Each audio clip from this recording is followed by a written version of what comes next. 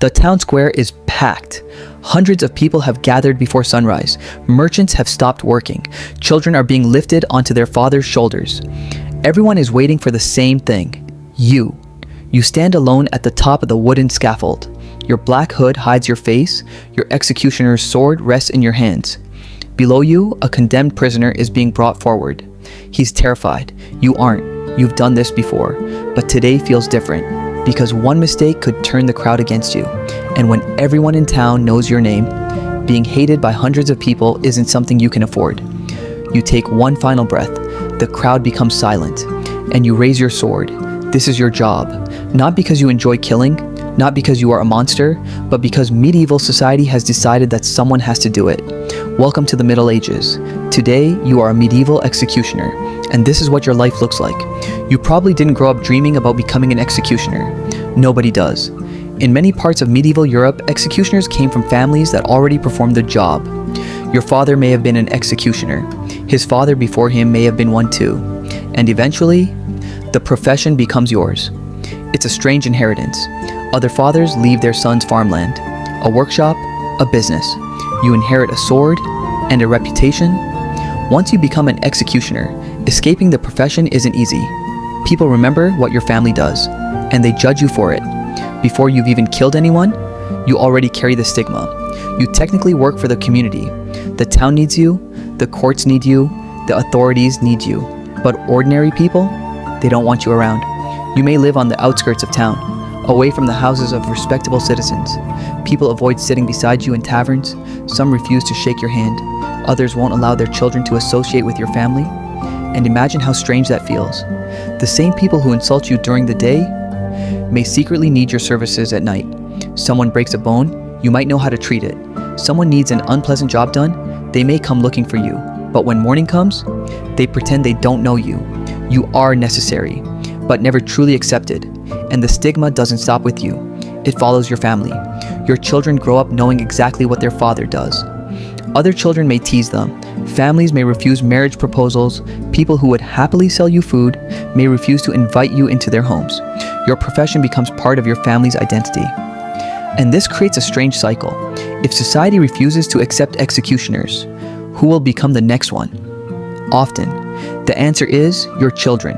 They inherit the same profession because few other people want the job. The executioner's life can become a family tradition, not because it's prestigious, but because there aren't many alternatives. Before you ever touch your sword, the court makes the decision. A prisoner is accused of a crime. The case is heard. Witnesses speak. Evidence is presented. The judge announces the sentence. And eventually, your name is called. You don't decide who dies. You simply carry out the punishment. That distinction matters, because the executioner is not supposed to be the judge. He is the final instrument of the law, and that means you may execute someone you believe is guilty. You may execute someone whose story you don't know, and you may sometimes wonder whether the person standing in front of you truly deserved to die. But questioning the sentence isn't your job. Your job is to carry it out. Every craftsman has his tools. Yours are much darker. Your equipment may include ropes, axes, swords, restraints, and other tools used for punishment, and you have to maintain them. The blade must be sharp, the rope must be prepared, the scaffold must be inspected, because an execution isn't something you can improvise. Everything needs to work. If the equipment fails, the prisoner suffers, and the crowd remembers your failure. Your reputation depends on doing an awful job as efficiently as possible. Eventually, execution day arrives. You wake early. The town is already beginning to fill. People gather around the execution site. Some come because they want to see justice. Others come because they're curious. Some simply want entertainment. Public executions could become major spectacles. Food and drink might be sold nearby. People talk, children watch, and somewhere in the crowd, someone is probably laughing. That might be the strangest part. For you, this is a person's final moment. For some spectators, it's a show. The prisoner arrives. Sometimes they're silent, sometimes they're crying, sometimes they're praying, sometimes they're angry. You watch them walk towards you. You have probably seen this many times, but you still notice their faces. Every prisoner is different. Some beg, some curse, some accept their fate, and some refuse to believe they are about to die. You stand waiting. The sentence is read aloud. The crowd reacts. Then, The prisoner is brought into position. Now everyone looks at you. Your entire reputation can come down to a few seconds. If your execution method requires precision, you have to get it right. A mistake doesn't just cause embarrassment, it can cause unimaginable suffering, and the crowd knows it. A skilled executioner is expected to make the process as quick as possible. That's why executioners practiced. That's why their tools were maintained. That's why experience mattered. You don't want to become famous because an execution went horribly wrong. You want it to be over quickly. You raise your weapon. The crowd falls silent. And then you strike. The moment is over, but the memory isn't. Afterward, you look into the crowd. Some people are cheering, some are silent, some look sick, and some are staring directly at you.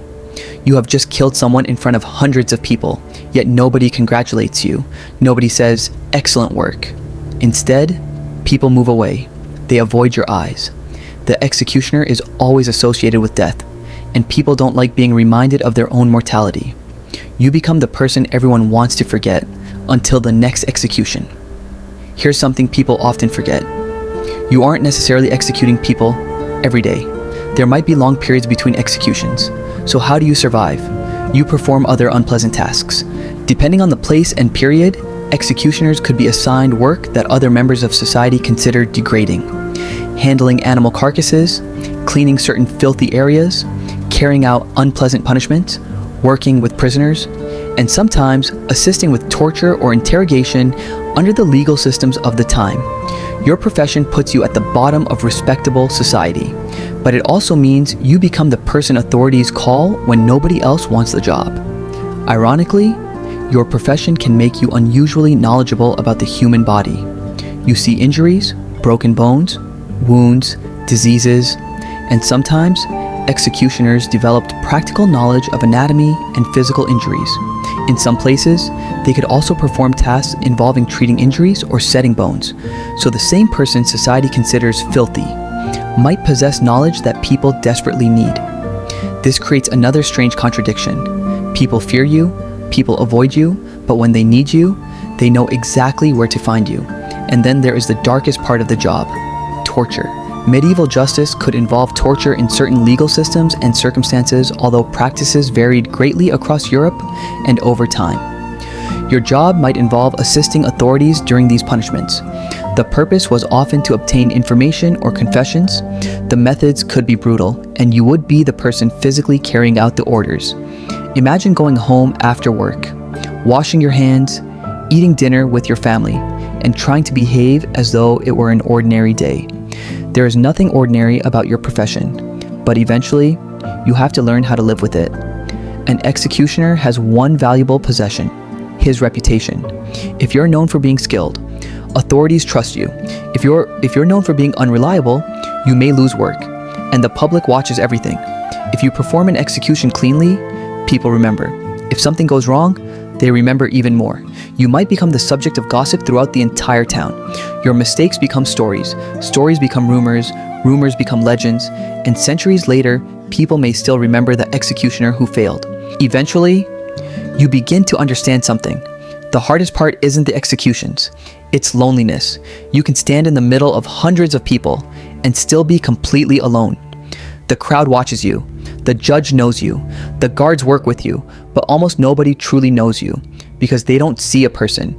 They see an executioner, a symbol, a reminder of punishment, a reminder of death. And that makes normal relationships difficult. Imagine wanting to sit down with someone for dinner, but wondering whether they are secretly afraid of you. Imagine meeting someone you like and knowing that your profession might be enough to make their family reject you. You don't just carry the sword, you carry the reputation. Years pass. You've performed more executions than you can remember. You have seen prisoners who were terrified, angry, broken, defiant. You've watched families collapse in grief. You've heard final prayers. You've stood beside the scaffold while entire crowds screamed for punishment. Eventually, you start asking questions. Was every person guilty? Did every punishment fit the crime? Did the law always produce justice? You don't have the answers, and perhaps that's the hardest part. You are expected to carry out justice without being responsible for deciding what justice actually is. And then one day, you remember something. You're mortal too. The executioner isn't immune to death. Eventually, You will stand before it yourself. Perhaps you will die peacefully, perhaps from illness, perhaps in an accident. But when your time comes, you won't be holding the sword. You'll be the person waiting for the final moment. And maybe you'll finally understand the fear you've seen in so many faces. Because underneath the titles, the crimes, the punishments, and the social status, everyone is human. Everyone fears death, including you. Being a medieval executioner wasn't simply about killing people, it was about living with a contradiction. You were an essential part of the justice system, but society rejected you. You were paid to perform a necessary job, but people treated you as contaminated by it. You were surrounded by crowds, yet lived an incredibly isolated life. And every time you raised your sword, you were reminded of the uncomfortable truth that medieval society preferred not to face. Justice had a cost, and someone had to pay it. That someone was you. So the next time you imagine the Middle Ages, don't just picture knights in shining armor. Remember the people standing behind the scenes, the executioners, the gravediggers, the servants, the prisoners, the ordinary people who lived difficult lives while history remembered the kings. Because sometimes, the most fascinating stories aren't about the people sitting on thrones, they're about the people standing beneath them. If you enjoyed this journey into the brutal reality of medieval life, subscribe for more immersive stories about forgotten history, ancient civilizations, legendary warriors, disturbing traditions, mythology, and the extraordinary realities of human life throughout history. And tell me in the comments, could you do the job of a medieval executioner if it meant providing for your family? Or would the psychological burden be too much? See you in the next story.